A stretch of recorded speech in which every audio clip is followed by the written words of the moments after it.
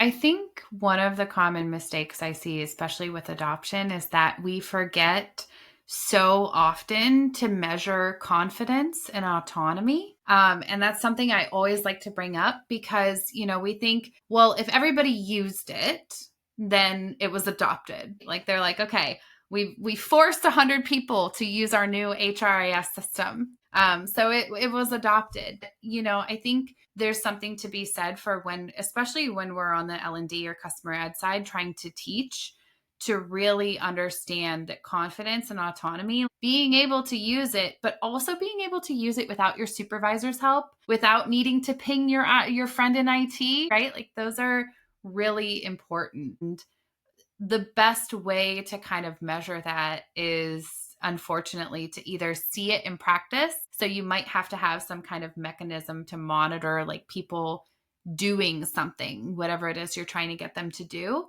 or just their own feedback, right? Do you feel confident now doing this after you've seen or experienced or gone through whatever it is that you're learning?